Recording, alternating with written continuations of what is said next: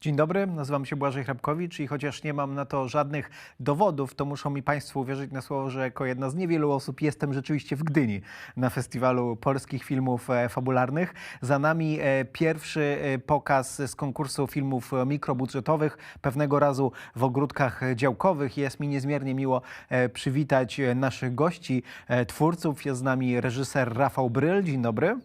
Dobry, witam. Autor scenariusza Michał Szymanowicz. Dzień dobry. Autor zdjęć Jakub Kowalczyk i aktor Konrad Marszałek.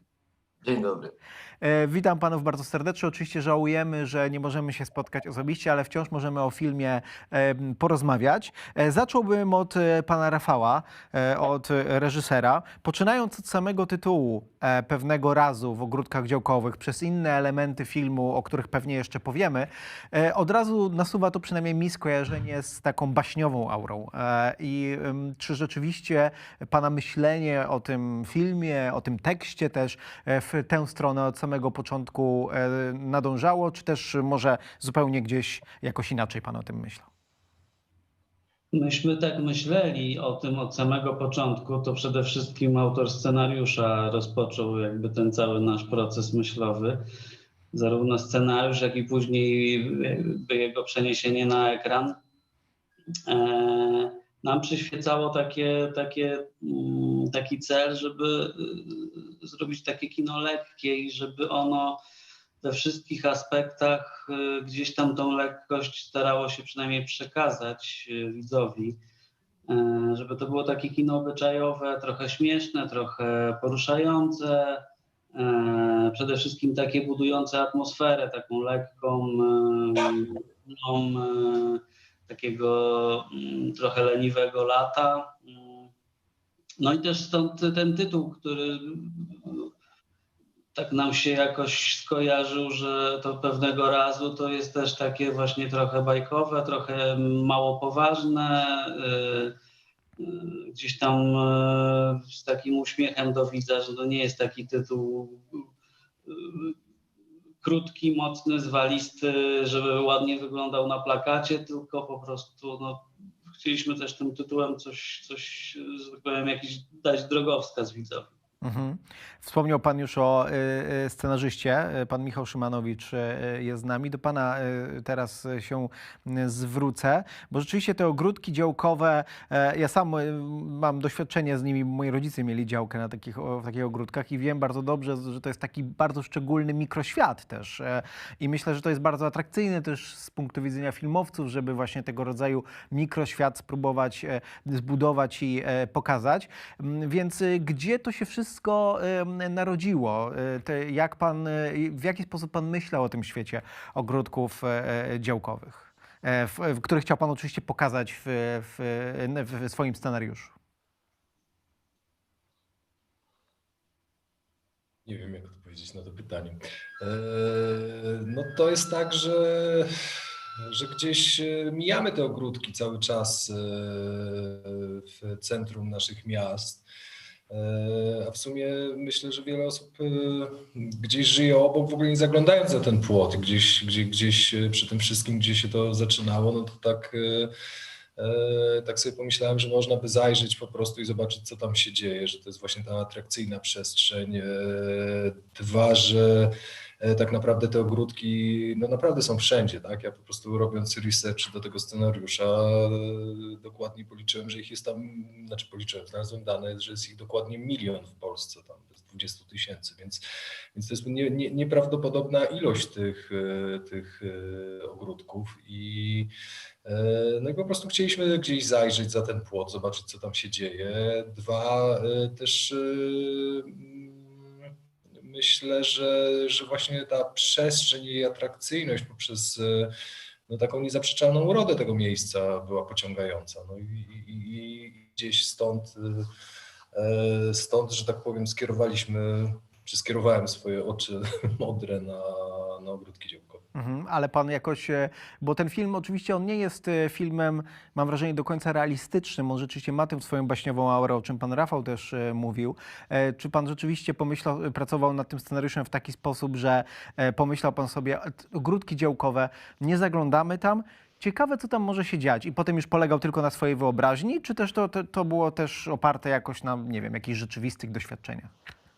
Nie, no oczywiście że na rzeczywistych doświadczeniach, bo może moi rodzice nie mieli ogródków działkowych, ponieważ z moim bratem stawiliśmy twardy opór przeciwko temu, ale w czasach młodości na ogródki działkowe się chodziło, a to kraść jabłka, a to wypić tanie wino, a to flirtować z dziewczynami, które gdzieś tam się zaciągało. Po prostu One to nie gdzieś była przestrzeń, w której chciał pan widzieć swoich rodziców, jak rozumiem.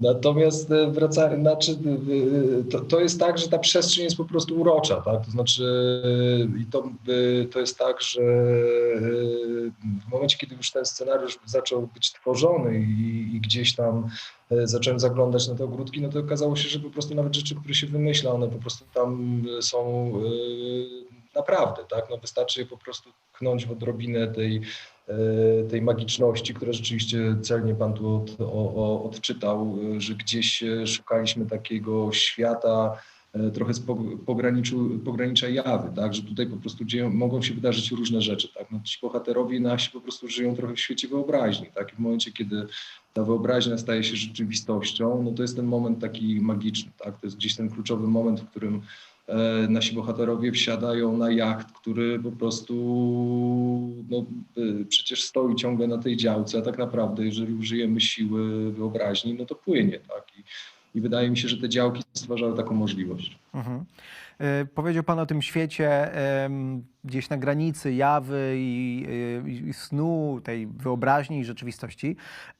Zwróciłbym się teraz i do pana Jakuba Kowalczyka, autora zdjęć, ale też być może do pana Rafała Bryla, żeby może wspólnie spróbowali odpowiedzieć na to pytanie, bo pytanie dotyczy już takiej strony wizualnej tego filmu i jego atmosfery. Pan Rafał powiedział o tym, że zależało panom na tym, żeby ten film rzeczywiście głównie budował atmosferę.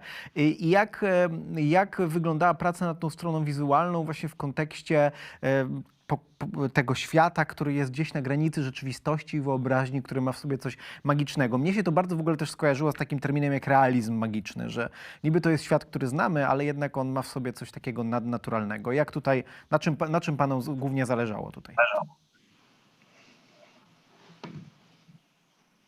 Panie Jakubie, może pan.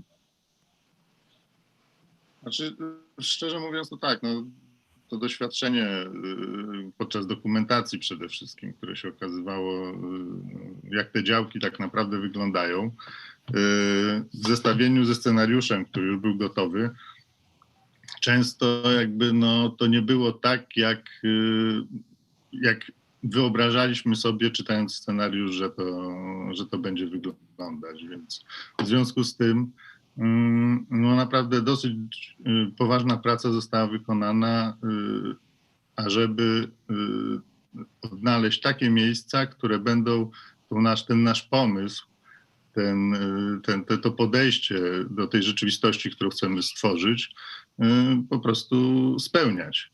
Ponieważ bardzo często trafiając na te działki, no to widzieliśmy obraz jednak gdzieś w głowie widzieliśmy, że to powinno być piękny ogród, prawda, Eden, a tak naprawdę to wygląda to zgoła inaczej. Więc potem też olbrzymia praca scenograficzna została wykonana i tak naprawdę te działki zostały przez nas stworzone. Tak można powiedzieć, że te działki, które pokazujemy w tym filmie, to są takie działki z wyobraźni, no, a mniej działki rzeczywiste.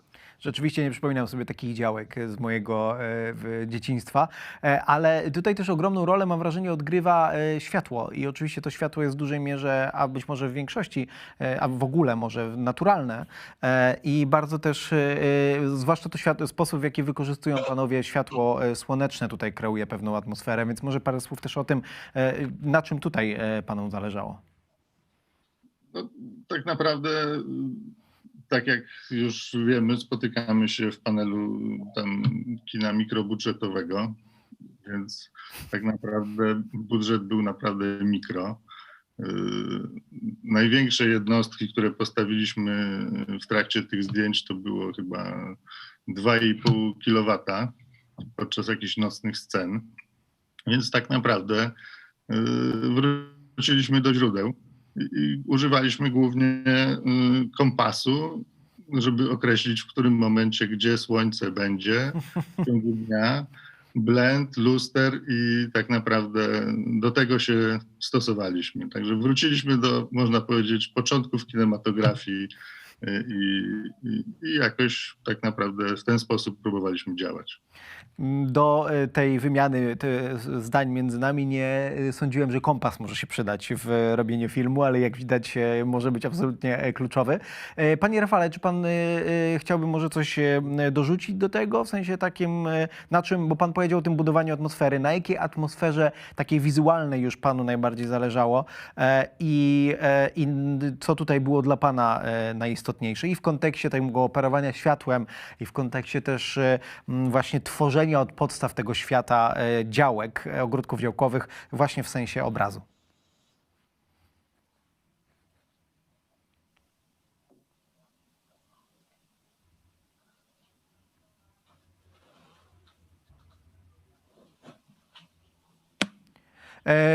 Musi pan włączyć dźwięk, bo chyba pana nie słyszymy.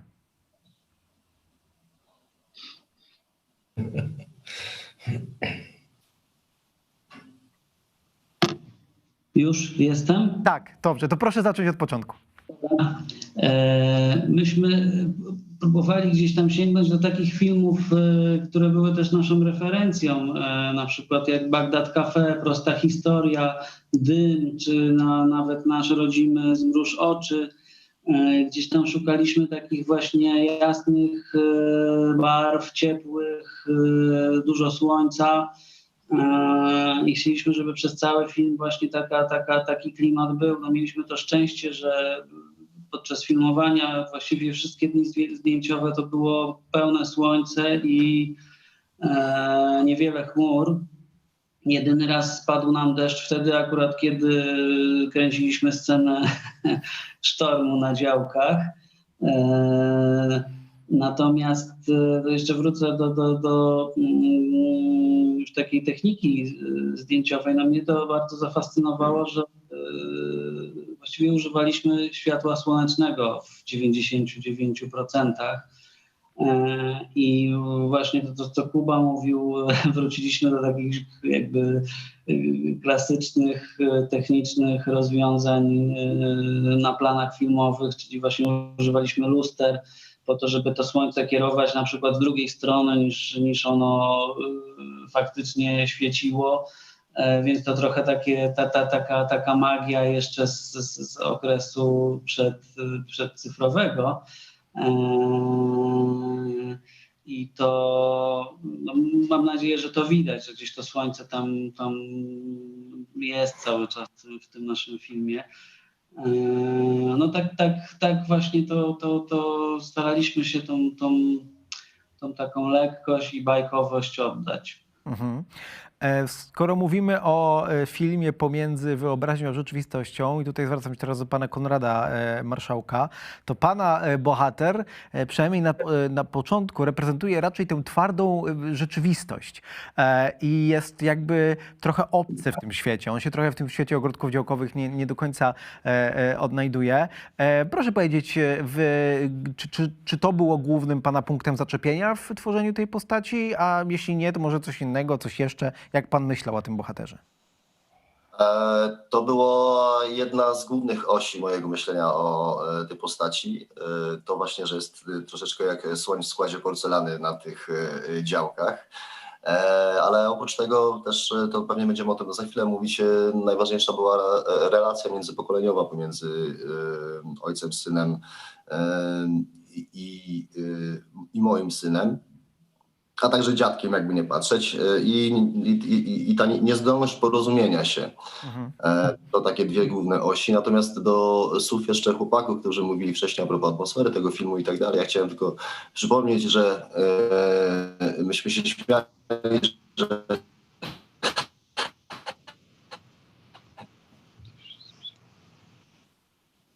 jedziemy troszeczkę ale byłych problemów związanych z kręceniem tego filmu, chociażby to, że oczywiście z sąsiadami z działek obok mogliśmy się dogadać, żeby akurat nie cięli drewna, ani nie podlewali swojego ogródka i to było w porządku, ale mieliśmy na przykład problem, pamiętam, nie wiem czy chłopaki pamiętają, z ptakami, z którymi nie można było się kompletnie dogadać i w dublach, kiedy miała być cisza i kiedy miał być dialog słyszalny, no nie chciały zamilknąć. Ptaki były bardzo namolne i przekonał się o tym później dźwiękowiec, który dźwiękawiał film. Nie było Chciały ewidentnie wziąć udział w tej całej produkcji.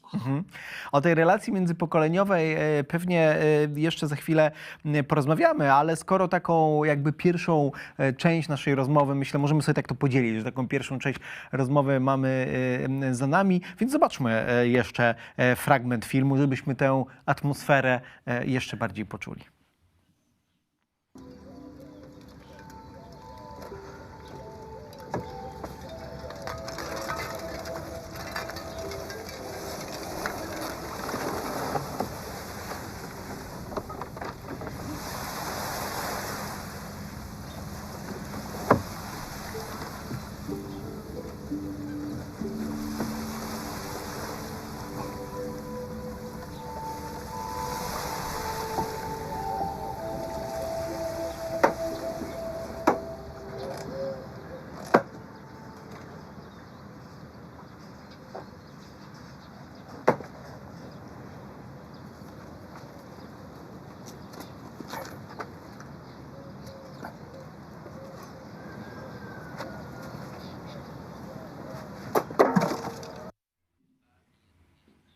Przypominam jeszcze wszystkim oglądającym nas dziennikarzom i dziennikarkom, że można zadawać pytania, można zgłaszać chęć zadawania pytań twórcom, a teraz będę kontynuował może ten wątek rzeczywiście relacji międzypokoleniowej, o której pan Konrad przed chwilą powiedział, bo oczywiście atmosfera baśniowa i to wszystko, o czym teraz rozmawialiśmy, jest bardzo ważne. Natomiast osią tego filmu jest rzeczywiście relacja między 3 pokoleniami mężczyzn. I tutaj do pana Michała Szymanowicza w tym momencie, jako autora scenariusza, się zwrócę. W jaki sposób pan chciał zbudować właśnie tę relację międzypokoleniową? Co pana tutaj najbardziej w niej interesowało? I czy rzeczywiście, tak samo jak dla pana Konrada, no to było jednak taką główną osią tej historii od samego początku? No tak, zdecydowanie główną osią był ten brak porozumienia się między bohaterami, między postaciami. No, gdzieś, tak jak powiedział Konrad, ten główny konflikt jest zbudowany między dziadkiem, synem i wnukiem. I gdzieś zależało nam na tym, pisząc też ten scenariusz, zależało na tym, żeby pokazać tę taką sytuację, w której ludzie, którzy tak naprawdę najbardziej się gdzieś powinni do siebie zbliżać, oddalają się od siebie przez takie rzeczy banalne, jakieś niedomówienia, niedopowiedzenia. No i w tej sytuacji gdzieś, że te ominięcie pokoleniowe jednego, że tak powiem, jednej części, czyli gdzieś ojciec z synem potrafi porozumieć się w końcu w finale poprzez kontakt dziadek-wnuczek, tak? Że gdzieś ta nić zerwana zostaje ponownie związana. No, też chcę powiedzieć, że po prostu aktorzy to kapitalnie zagrali, bo no to nie było łatwe gdzieś tam w tym krótkim czasie, który mieliśmy, a właśnie Konrad i Mirosław Zbrojewicz, no tam scena gdzieś, która jest przy płocie, że ktoś widział ten film, no naprawdę jest poruszająca, tak? To jest ten moment, w którym gdzieś między tymi bohaterami ponownie bez słów zostaje zawiązana więź i myślę, że tutaj w ogóle jest wielka zasługa właśnie i reżysera, aktorów, że tam dużo udało się zrobić poza tą warstwą słowną, która jest w scenariuszu. No, ale zdecydowanie jest to właśnie oprócz tej atmosfery, o której mówiliśmy w pierwszej części, no jest to po prostu taka miała być ludzka historia, która może się zdarzyć tak naprawdę i pewnie zdarza w większości domów, tak? Tak bym to określił. Panie Rafale, skoro pan Michał już powiedział o pana pracy z aktorami, to do pana się teraz zwrócę. Ta relacja międzypokoleniowa między tymi trzema mężczyznami, mam wrażenie, że każdy z tych bohaterów reprezentuje też troszkę inny typ mężczyzny, prawda? Troszkę inne wartości jakoś też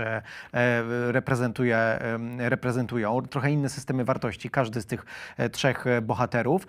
Więc proszę powiedzieć, jak pan na tych bohaterów spojrzał od tej właśnie strony, od strony tych wartości, które reprezentują, tej niemożności porozumienia, no i o pracy z aktorami też oczywiście, no bo jak już pan Michał powiedział, czasu i dni zdjęciowych było niewiele. Tak, czasu mieliśmy bardzo mało, nie było za bardzo możliwości wielokrotnego powtarzania scen.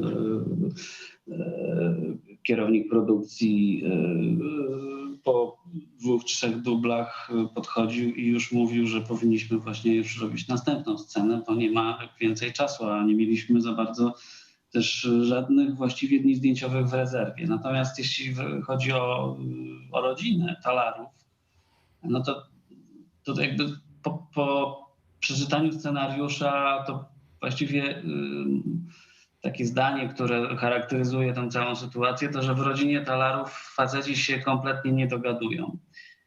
I każdy z nich jest po prostu z innej bajki. Właśnie oni prezentują jakby taki trochę przekrój tego, takich charakterów rodzinnych. Gdzieś tam postać grana przez Konrada jest takim biznesmenem, takim trochę sztywniakiem. Postać grana przez Mirka jest no takim, on jest byłym żołnierzem, więc jest takim twardzielem, a z kolei postać grana przez Janka Cięciarę, czyli Jojo, jest takim klasycznym, buntującym się trochę nastolatkiem, ale takim, ja bym to powiedział, delikatnym tak naprawdę gdzieś tam w środku. No i oni muszą się wszyscy dogadać, co jakby o tym opowiada film. Myśmy w ogóle sobie postawili wszyscy, zarówno począwszy od scenariusza, na reżyserii, jak i na aktorach, taką poprzeczkę postawiliśmy sobie dosyć wysoko, bo w tym filmie jest dużo milczenia. Nawet ostatnio rozmawiałem z Mirkiem Zbrojewiczem, z którym stwierdziliśmy, że tego milczenia mogłoby być tak naprawdę więcej, tylko nie mieliśmy za bardzo czasu, żeby to dobrze zagrać i wyreżyserować, tak jakbyśmy chcieli. Ale to milczenie, które tam jest, niewiele słów, które pada między bohaterami, no to mam nadzieję, że to w jakimś tam momencie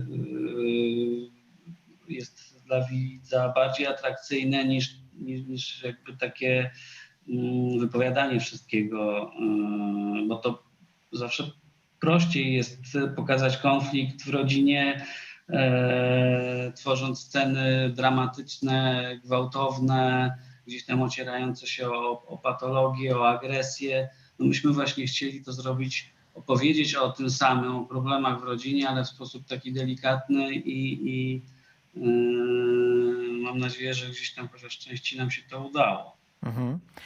Wrócę teraz na chwilę jeszcze do pana Konrada Marszałka, nawiązując też do słów reżysera, to znaczy do tych słów, że w tym filmie jest bardzo dużo milczenia i bardzo dużo takiego niedopowiedzeń i niedomówień. Więc jakiego rodzaju wyzwaniem takim też aktorskim i zadaniem aktorskim dla pana właśnie była rola w filmie opartym tak bardzo na milczeniu i niedomówieniach, zwłaszcza w kontekście właśnie tego bardzo napiętego grafiku, ale nie tylko?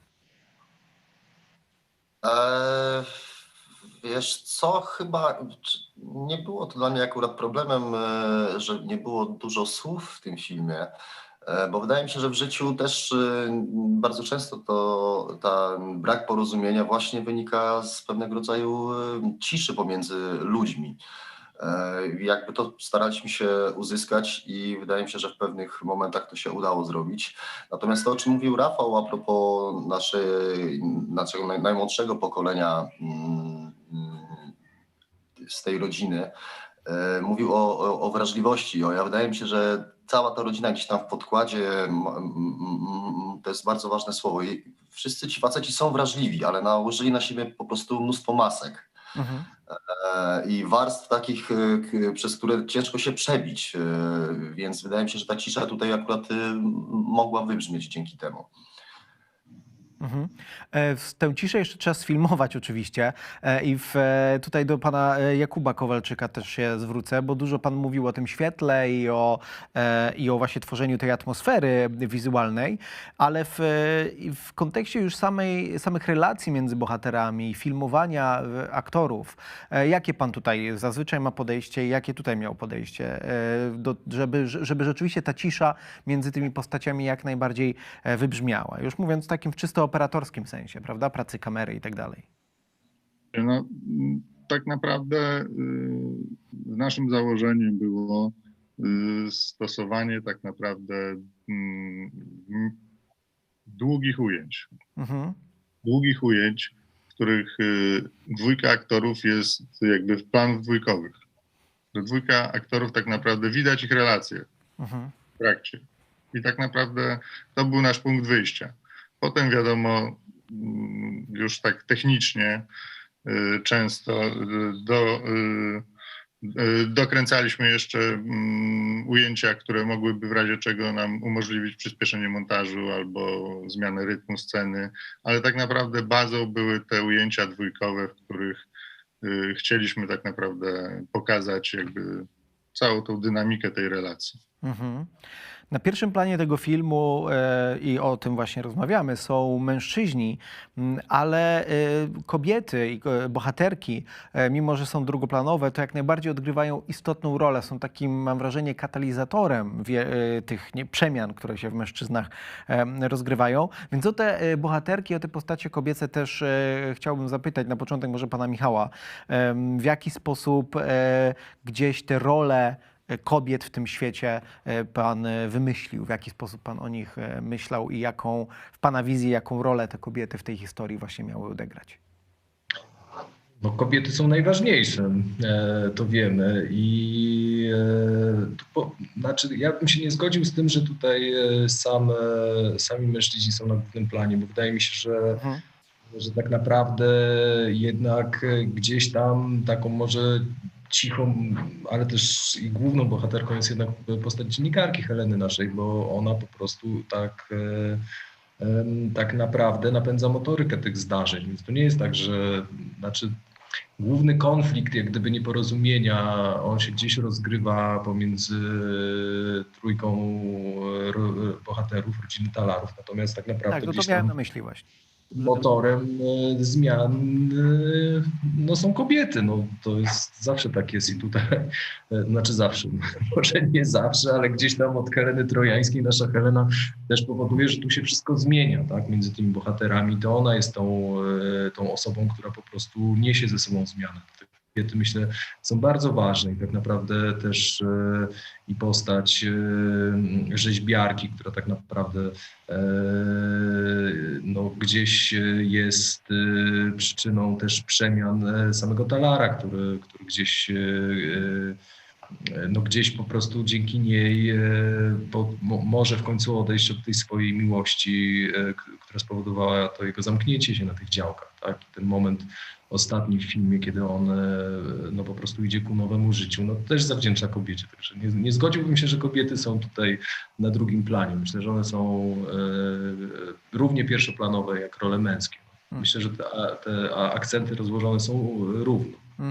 To też oczywiście ja doprecyzuję, raczej nie miałem na myśli, że one są na drugim planie gdzieś w cieniu. Miałem właśnie na myśli to, co pan powiedział, że główny konflikt jest między mężczyznami, ale sam też użyłem takiego słowa, takie sformułowanie, że katalizator przemian, tak? Że one rzeczywiście są tutaj tą motoryką i to bez wątpienia. Jeszcze pana Rafała bym dopytał rzeczywiście o te postacie kobiece i jak pan na nie spojrzał, kiedy pan ten tekst przeczytał i w jaki sposób pan też pracował z aktorkami, żeby wyciągnąć właśnie z tych bohaterek to, na czym panu najbardziej zależało. No tak, Helena przede wszystkim od samego początku jawiła się jako taki troszkę katalizator, taki cichy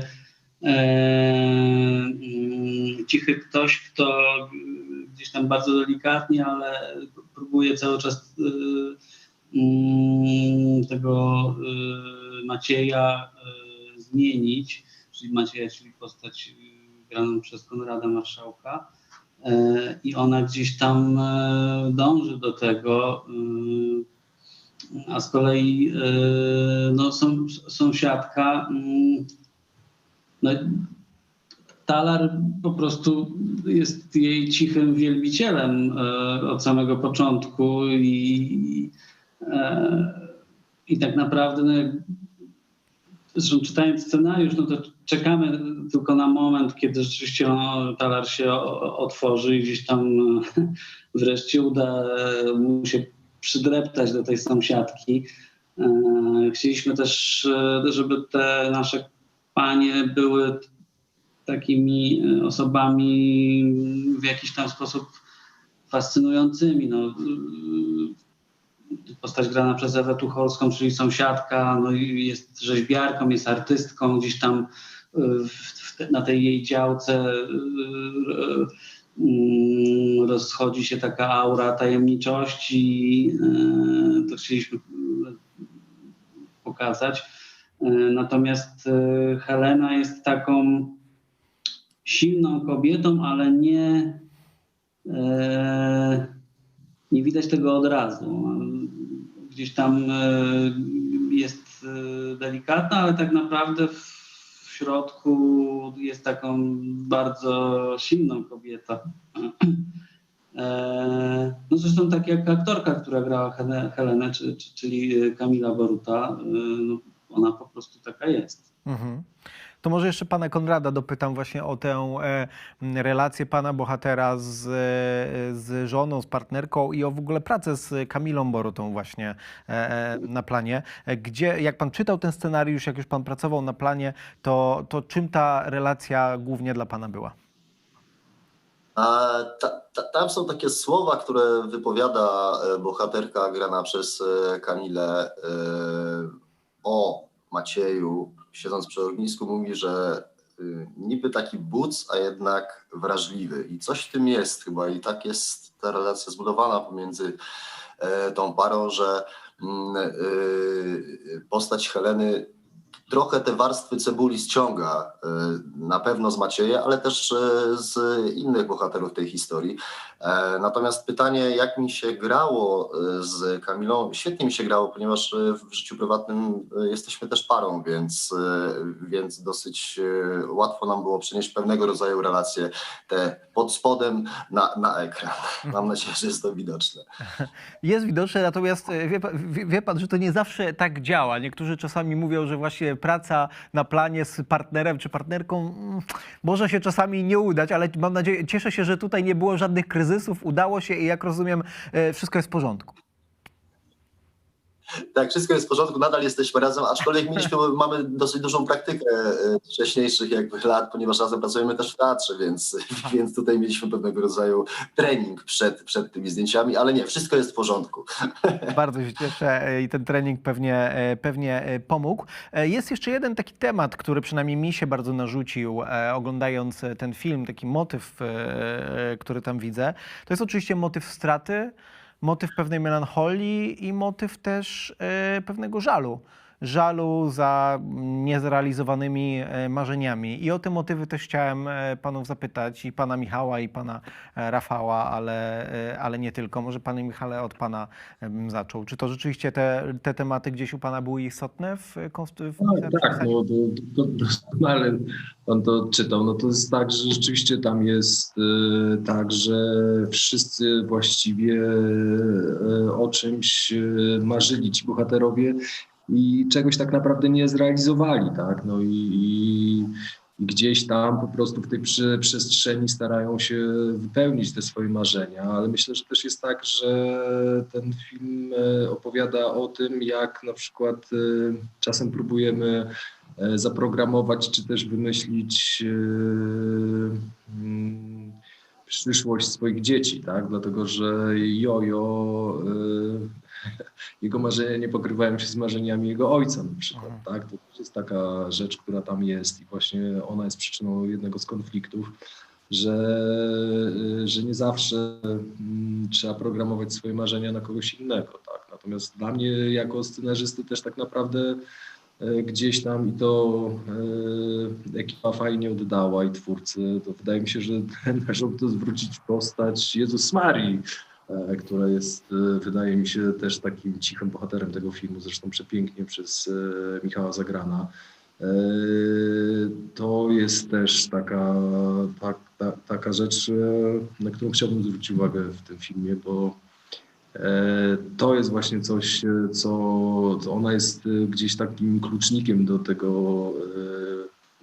tej bramy między dwoma światami, tak? To też zostało czujnie zauważone jako ten realizm magiczny, bo to on dzierży klucze do tej furtki. Mhm. Myślę, że na pewno tak, na pewno są to niezrealizowane marzenia, ale też to, że po prostu czasem wystarczy odrobina wyobraźni, żeby te marzenia się gdzieś spełniły, tak jak w przypadku naszego kapitana, który po prostu jest w stanie wpływać w swojej wyobraźni, tak? Zauważmy, że on też realizuje jakieś marzenie z niespełnionego dzieciństwa, tak? Gdzieś tam po prostu odtwarza na starość, czy no, tą projekcję z tych komiksów, które gdzieś tam czytał, więc to rzeczywiście jest o marzeniach, o ich niespełnieniu, ale też o tym, że czasem jest tak, że po prostu jeżeli pozwolimy swojej wyobraźni gdzieś popłynąć, no to po prostu te marzenia możemy spełnić, tak. Mhm. Panie Rafale, czy pan coś chciałby dodać do właśnie tego tematu, tak z pana perspektywy? Niewiele, ale mogę coś dodać, bo w ogóle z całej tej historii, jak ona istniała tylko jako scenariusz, no to takie urzekające jest to, że takie pozytywne myślenie i to, że ci bohaterowie, każdy z nich coś stracił, coś mu się nie udało, gdzieś tam czegoś brakuje, za czymś tęskni, gdzieś tam pod koniec, no jednak to wszystko, gdzieś taka myślę, że z tego wyziera, że można, że gdzieś tam te swoje marzenia można spełniać w taki czy inny sposób, ale też, że inni ludzie nam mogą w tym pomóc, że to, że nie jesteśmy sami i że może czasami trzeba, jak nam się wydaje, że gdzieś uciekamy w samotność i najlepiej, żeby nam wszyscy dali spokój, to, że właśnie łatwiej gdzieś tam dosięgnąć tych swoich marzeń wtedy, kiedy gdzieś tam zwrócimy swoje oczy ku innym i ktoś nam pomoże, komuś my pomożemy i że gdzieś tam razem można więcej. Mhm. Do pana Jakuba Kowalczyka jeszcze się zwrócę na moment, bo chciałem zapytać, czy właśnie kiedy pan jako operator czyta ten scenariusz, to czy myślenie właśnie o takich tematach i motywach związanych z filmem po prostu, takich, które się w takim filmie przewijają, tak? Takie jak strata, melancholia, czy dla pana to jest istotne w kontekście właśnie budowania jakiejś strony wizualnej i takiego też swojego po prostu myślenia, czy takiego czucia po prostu tego materiału, filmu, później już nawet w pracy na planie? Nie, no oczywiście, no, to jest podstawa. To tak samo jak czyta się książkę, to tak naprawdę od razu się tworzy i scenografię, i oświetlenie, i aranżuje się tą sytuację w swojej głowie. Tak samo aranżuje się scenariusz, który też jest literaturą w swojej głowie i potem dąży się tak naprawdę do tego, żeby ta wizja, którą się czytając tak naprawdę gdzieś złapało, ją próbować po prostu zrealizować jak najlepiej. I jeszcze na koniec bym wrócił do pana Konrada, bo jedna rzecz mnie zainteresowała, bo teraz sobie pomyślałem, że tak rozmawiamy o tej stracie, o żalu, o niezrealizowanych marzeniach. Pana bohater jest interesujący w tym kontekście chyba o tyle, że on wydaje się człowiekiem spełnionym, jest w szczęśliwym związku, ma rodzinę, w której jest szczęśliwy, jest spełniony zawodowo i wydaje mu się, że no właśnie, że ma wszystko i może właśnie to jest jego problem, tak się teraz zacząłem zastanawiać. No to wydaje mi się, że dobrze się pan zastanawia w ten sposób, bo tak mi się wydaje,